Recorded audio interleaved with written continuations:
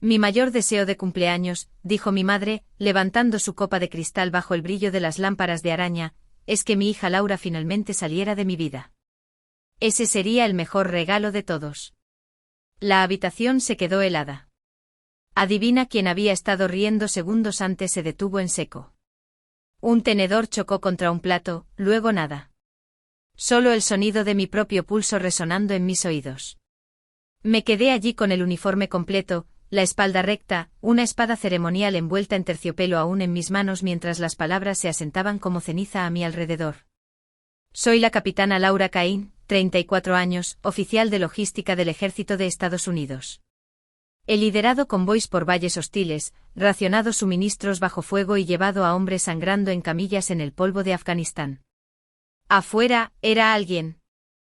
Pero aquí, en el gran salón de baile de Charleston, vestida con lirios y oro, solo era su decepción borrada con una sola frase pronunciada entre brindis y aplausos. La ironía cortaba más agudo que cualquier recuerdo del campo de batalla. Era el 70 cumpleaños de mi madre, una celebración planificada como un asunto real. Margaret Cain, la adorada de Charleston, la mujer que la sociedad adoraba, admirada por su elegancia, envidiada por su fuerza. Esta noche dignatarios, jueces, incluso reporteros llenaban el salón para honrarla. Ella se bañaba en ello como una reina. Mi hermano Daniel se sentaba orgullosamente a su lado. El exitoso abogado pulido y admirado. Cada discurso lo elogiaba como su legado. Las cámaras parecían atraídas hacia él como si fuera el heredero legítimo de su imperio de apariencias. ¿Y yo? Había creído, quizás tontamente, que llevar mi uniforme esta noche significaría algo, que las medallas cosidas en mi pecho finalmente contarían a sus ojos, que cuando le entregara la espada grabada de mis soldados, vería orgullo en lugar de vergüenza. Imaginé el momento demasiado vívidamente, sus dedos rozando la empuñadura, su voz suavizándose, sus amigos aplaudiendo mientras me llamaba su hija, su capitana. Pero los aplausos ya estaban reservados para Daniel. Su discurso fue elocuente, practicado a la perfección, pintándola como la luz guía detrás de su éxito. Ella le apretó la mano, sus ojos brillaban de la manera que yo una vez anhelé. Y cuando se levantó copa en mano, sonrisa ensayada, pronunció su veredicto. Ni un agradecimiento por mis años de ausencia, ni una palabra de reconocimiento por los riesgos que corrí, los cumpleaños que me perdí, las cicatrices que cargué, solo un deseo de que desapareciera. Sentí cada mirada quemándome. Alguien cerca de la parte de atrás susurró, siempre ha sido una carga. Mi agarre en el paquete de terciopelo se apretó hasta que mis nudillos se pusieron blancos. La música vaciló. El aire mismo pareció encogerse. Quería hablar, decirles que había sangrado por este país mientras Daniel firmaba contratos. Quería decir que había llevado vidas, no demandas. Pero las palabras murieron en mi garganta. El silencio era más pesado que cualquier tiroteo que hubiera conocido. Así que me quedé quieta, metí la espada debajo del brazo y salí. Pasé las lámparas de araña, el mármol pulido, hacia una noche más fría que el desierto afgano. Entré en la noche esa tarde, pero el aire frío solo me llevó hacia atrás, de regreso a la casa donde todo comenzó. Crecí en un hogar militar donde la disciplina se hablaba en las paredes, y el silencio a menudo era más ruidoso que las palabras. Mi padre, el coronel Richard Cain, era todo lo que se suponía que debía ser un marine. Severo pero firme, imponente pero justo. Se comportaba como si el uniforme fuera parte de su piel. Durante un tiempo pensé que su sombra era el lugar más seguro del mundo. Pero cuando tenía 15 años, un accidente de entrenamiento se lo llevó de nosotros. Una mañana me besó la frente antes de salir de casa, y al atardecer, era una bandera doblada entregada en la puerta. Ese fue el momento en que mi madre cambió. Margaret Cain, una vez cálida en mi memoria, se endureció de la noche a la mañana. Se aferró a la imagen de la familia perfecta como si fuera una armadura. En público sonreía más, se mantenía más erguida, insistía en que los bastones eran intocables. En privado sus ojos se agudizaban, su voz cortaba más profundo. Nada de lo que hacía podía compararse con el retrato que estaba desesperada por pintar para el mundo. Daniel se convirtió en su hijo dorado, el faro de la promesa estadounidense. Sus trofeos de debate, sus becas, su carrera de derecho. Cada logro era exhibido ante vecinos y amigos de la iglesia como prueba de que la familia de Margaret prosperaba. Y yo, era el recordatorio de lo que se había perdido. Incluso cuando me alisté, incluso cuando vestía el mismo uniforme que mi padre una vez llevó con honor, ella lo desestimó. Una chica con uniforme de combate no es un legado, Laura, me dijo una vez con un tono plano. Eres una carga con botas. Ningún hombre se casará con una soldado. Sus palabras cortaban más agudo que las balas. Por la noche me quedaba despierta mirando el techo, ensayando conversaciones que nunca me atreví a tener con ella. Quería preguntar, ¿por qué mi servicio no es suficiente? ¿Por qué mi sacrificio no es tuyo para reclamar con orgullo? Pero nunca pregunté. En cambio, aprendí el silencio. Me convencí de que algún día, ella podría mirarme como miraba a Daniel. Que quizás si luchaba lo suficiente, me quedaba lo suficiente, sangraba silenciosamente lo suficiente, ella se suavizaría. Pero los años pasaron, y ese momento nunca llegó. Cada regreso a casa fue recibido con el mismo asentimiento educado, la misma mirada fría como si fuera una intrusa vestida con el fantasma de mi padre. Y todavía me quedaba. Todavía luchaba por migajas de su aprobación. Hasta la noche en que finalmente me dijo lo que realmente deseaba, que desapareciera por completo. La noche después de su cumpleaños todavía resonaba en mí. Pero la verdad es que sus palabras fueron solo el golpe más fuerte en una vida de golpes más silenciosos. Me uní al ejército el verano que me gradué de la escuela secundaria. Algunos chicos corrían hacia la universidad, hacia carreras que parecían ordenadas en papel. Yo corrí hacia lo único que tenía sentido después de perder a mi padre, su uniforme. El entrenamiento era despiadado, del tipo que te despojaba y te reconstruía con fuego. Y lo agradecí. El dolor se convirtió en estructura. El agotamiento se convirtió en prueba de que podía resistir. Cuando obtuve mi comisión y fui asignada como oficial de logística, sentí por primera vez que caminaba en los pasos de mi padre. Pero la guerra no otorga victorias sin un costo. En los desiertos de Oriente Medio, las rutas de suministro se convirtieron en terrenos de caza. Gestioné convoys a través de emboscadas, tomé decisiones de vida o muerte sobre raciones, combustible y rutas que podían decidir si los hombres vivían para ver el amanecer. Una noche nuestro convoy fue destrozado por una bomba en la carretera. El fuego iluminó el horizonte. Los disparos nos acosaron. Y recuerdo haber pensado que sería el final de mi historia. Pero no lo fue. El mayor Alex Ramírez, firme e inquebrantable, me arrastró de los restos. Desde entonces, ha sido más que un colega oficial. Se convirtió en la única persona en la que confiaba lo suficiente como para dejarla ver detrás de la armadura. Pasaron los años, 15 en total. Mis cintas se multiplicaron, mis cicatrices, tanto las visibles como las invisibles, se grabaron en mí. Los soldados me saludaban con un respeto que nunca encontré en casa. Y sin embargo, cada vez que regresaba de permiso cruzaba la puerta, esperando que esta vez fuera diferente, esperando que mi madre mirara las medallas en mi pecho y viera algo digno de amor. En cambio, ella me recordaba, el mundo necesita abogados, médicos, los soldados solo traen guerra. Llevaba esas palabras más pesadas que cualquier mochila. Cada felicitación que ganaba se retorcía en prueba de mi menor valía. Cada cicatriz que llevaba era, a sus ojos, otra mancha. Podía enfrentar el fuego. Podía enfrentar la sangre, pero nunca podía enfrentar su aprobación. Es algo extraño sobrevivir a emboscadas, y aún así ser derrotada por una mirada en la mesa de la cena. Liderar hombres a través del caos, y aún así sentirse como la niña que no logró cumplir el estándar imposible de su madre. Y esa verdad, tanto como las balas o las bombas, dejó marcas que nunca se desvanecieron. Las cicatrices se pueden ocultar debajo de las mangas y las medallas se pueden colocar pulcramente en el pecho, pero nada me podría haber preparado para la herida que ella infligió esa noche. Había ensayado el momento infinitamente en mi vuelo a casa. La espada descansaba en su estuche de terciopelo, pesada, no por su acero, sino por la inscripción grabada en ella, por la mujer que crió a un soldado. Mi unidad me la había dado con orgullo, un gesto destinado a cerrar la distancia entre la mujer que me dio a luz y el soldado en que me había convertido. Creí ingenuamente que si algo podía llegar a ella, sería esto. El salón de baile brillaba con luz dorada, las lámparas de araña dispersaban reflejos sobre copas de cristal y mármol pulido. Los invitados aplaudían cortésmente mientras Daniel terminaba otro discurso, su voz firme, encantadora, perfectamente modulada para la audiencia. Respiré hondo preparándome para levantarme y poner la espada en manos de mi madre. Mi corazón latía con la esperanza tonta de una niña.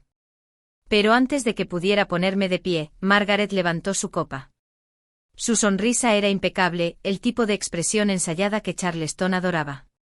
Habló de familia, de gratitud, de la brillantez de Daniel. Cada palabra cortaba el aire limpiamente, borrando mi presencia como si fuera nada más que una sombra al borde de la sala. Y entonces se volvió hacia mí, todavía sonriendo, todavía serena. Lo dijo, lo que quiero, Laura, es que desaparezcas. Ese sería el mayor regalo. La sala se quedó inmóvil. Un momento antes había habido risas, música, tintineo de copas. Ahora era un silencio tan agudo que dolía. Las lámparas de araña brillaban arriba, indiferentes.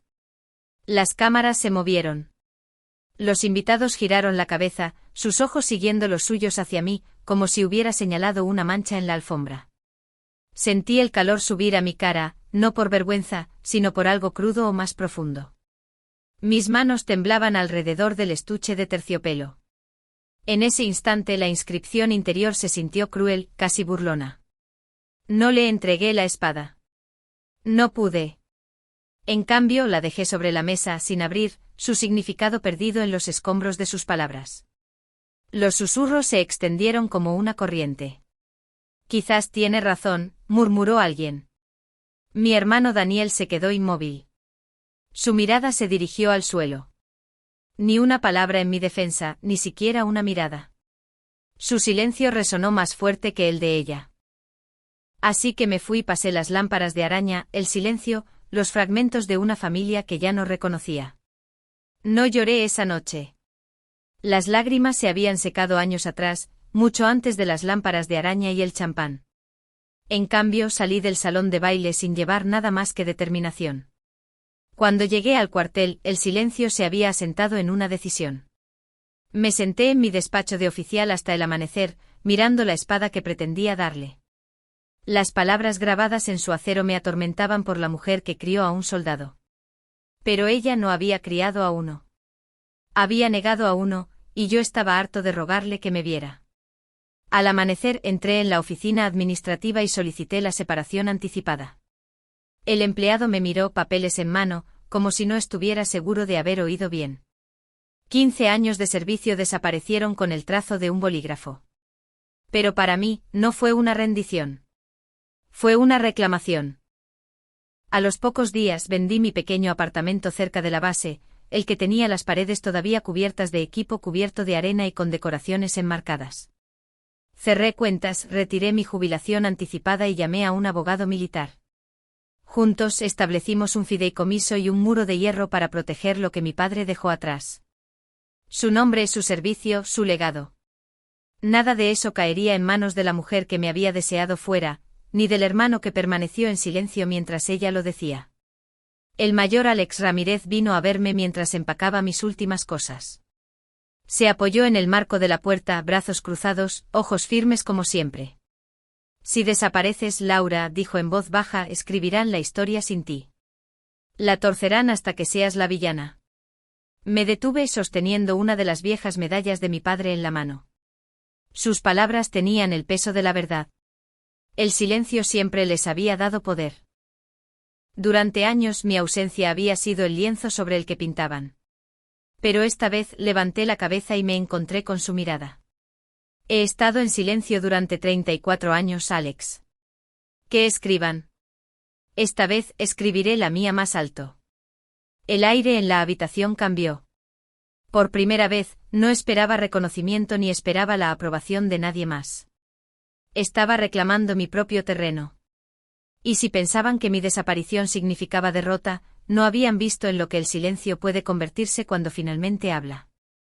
Dejar la base se sintió como quitarse una piel que había llevado demasiado tiempo. Conduje hacia el norte con todo lo que poseía, empacado en la parte trasera de un camión, el estuche de terciopelo con la espada enterrado debajo de cajas que no podía abrir. No me detuve hasta que los caminos se curvaron en bosques de pinos y montañas que pertenecían más al silencio que a la gente. El estado de Washington se convirtió en mi refugio. Alquilé una pequeña cabaña de madera escondida al borde de un bosque donde la mañana olía a lluvia y a cedro. Fue el primer lugar en el que viví donde mi nombre no resonaba. Ni Capitana Cain, ni recordatorio de las expectativas de Margaret. Aquí me convertí en Helena Stone, un nombre que no llevaba historia, ni juicio, solo la posibilidad de empezar de nuevo. La vida fuera del ejército fue extraña al principio. La ausencia de órdenes, formaciones y el pulso constante de la urgencia me dejaron inquieta. Así que construí mi propia estructura. Comencé a ofrecer entrenamiento físico a veteranos, hombres y mujeres que llevaban cicatrices no muy diferentes a las mías. Sudamos juntos, maldijimos juntos, y lentamente descubrí que la curación era más fácil en compañía. Pronto expandí mi oferta a la enseñanza de clases de supervivencia, programas de fin de semana en las montañas, donde los niños aprendían a montar tiendas de campaña, encender fuegos y creer en sí mismos. Sus risas cosieron algo de vuelta en mí que no me había dado cuenta de que estaba roto. Fue durante uno de esos cursos que conocí a Clare Thompson, una periodista perspicaz pero gentil en la forma en que escuchaba. Había estado escribiendo sobre el TEPT en el ejército y se unió a uno de mis fines de semana de supervivencia para comprender cómo se veía la resiliencia en la práctica. A través de fogatas y largas caminatas, hizo preguntas que nadie más se había atrevido sobre el silencio, sobre las madres, sobre lo que la guerra deja atrás. De alguna manera, su presencia se sintió menos como una intrusión y más como un reconocimiento. Se convirtió en la primera amiga en la que confié fuera del uniforme. Mis días se asentaron en ritmos que podía reclamar como míos. Corridas matutinas por senderos cubiertos de niebla, enseñando a los niños a escalar caras de granito. Arrodillada en el jardín detrás de la cabaña con las manos en la tierra, coaxing lo verde de la tierra. Eran cosas pequeñas, cosas ordinarias, pero sabían a libertad. Y sin embargo cada noche cuando me acostaba, la vieja pregunta se colaba con la oscuridad. ¿He escapado realmente de su sombra? ¿O ella sigue allí esperando, lista para borrarme de nuevo? La libertad, parecía, no era algo que mi madre me permitiría tener en silencio. Comenzó con susurros que me llegaron incluso en Washington. Artículos reenviados por viejos compañeros de clase, mensajes de conocidos lejanos. Margaret y Daniel habían hilado su propia historia en Charleston. La hija desagradecida que desapareció, el soldado que abandonó a su frágil y anciana madre, el ladrón que robó la herencia de su padre. Los periódicos locales publicaron los titulares con gran ostentación: oficial condecorada traiciona a su propia sangre. Cada frase me esculpió en una caricatura de villana uniformada. Y luego vino la campaña. Una foto elegante de Margaret, pálida y envuelta en mantas, apareció en un sitio de recaudación de fondos con las palabras: ayuda a una madre abandonada. Las donaciones fluían, extraños escribían comentarios sobre traición, sobre vergüenza, sobre cómo había deshonrado el uniforme. No sabían que la foto estaba puesta en escena después de un ataque de pánico menor, que ella volvió a organizar almuerzos a la semana siguiente. El mundo la veía como una matriarca frágil abandonada. Me veían como la que la había empujado a las sombras. Por un momento casi me quiebro. El peso de ello presionaba contra mis costillas hasta que respirar dolía. Me pregunté si desaparecer había sido un error, si el silencio una vez más le estaba dando el poder de reescribirme. Pero esta vez, no estaba sola. Ramírez llamó primero, su voz firme como siempre. Laura, dijo, solo ganarán si te quedas callada. Clare siguió publicando un artículo que atravesó las mentiras con precisión, citando a veteranos que había entrenado, a niños que había enseñado, a familias que se habían apoyado en mí cuando nadie más estaba a su lado. Y luego los propios veteranos, hombres y mujeres que una vez marcharon bajo mis órdenes, dieron un paso al frente. Pública y ruidosamente declararon: ella es la que vivió por los demás, no la mujer de esas fotografías. Finalmente mi abogado desprecintó los documentos fiduciarios que habíamos preparado. Prueba de que cada centavo de la herencia de mi padre había sido bloqueado de la manipulación. La narrativa comenzó a fracturarse. Las donaciones disminuyeron. Los vecinos susurraron dudas. Los reporteros que antes tragaban las líneas de Margaret comenzaron a hacer preguntas más difíciles.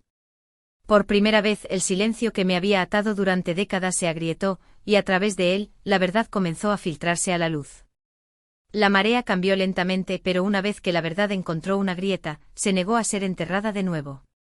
Publiqué yo misma los registros, mis años de servicio, las condecoraciones, las transferencias, los despliegues.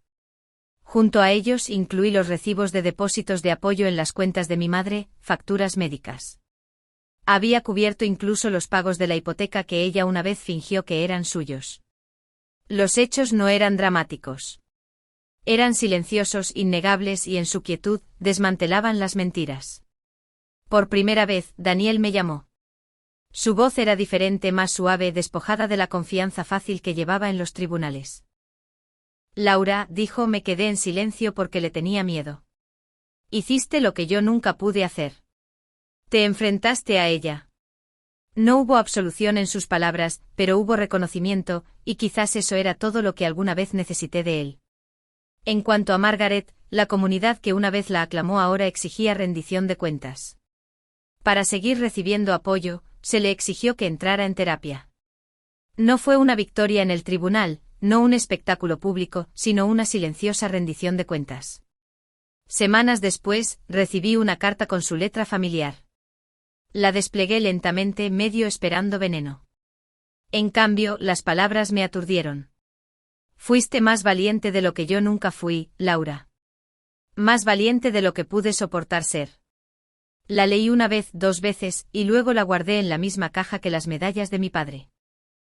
No perdón, no reconciliación, sino una línea en la arena entre lo que había sido y lo que permitiría que permaneciera. Una tarde subí a una colina a las afueras de Olimpia, un lugar donde el bosque se encontraba con el horizonte. En mis manos, llevaba la bandera del ejército desgastada que una vez había doblado. El viento se levantó tirando de ella para abrirla, los colores azotando el aire como un latido del corazón. Me quedé allí no como la hija de Margaret, no como la sombra de Daniel, no como la soldado que pedía reconocimiento. Me quedé simplemente como yo misma. Sus palabras volvieron a mí, agudas como la noche en que fueron pronunciadas. Quiero que desaparezcas. Pero ahora entendía. Desaparecer de su vida no fue un borrado. Fue una emergencia. Susurré al viento, firme e inquebrantable, solo al dejar su mundo. ¿Finalmente aparecí en el mío?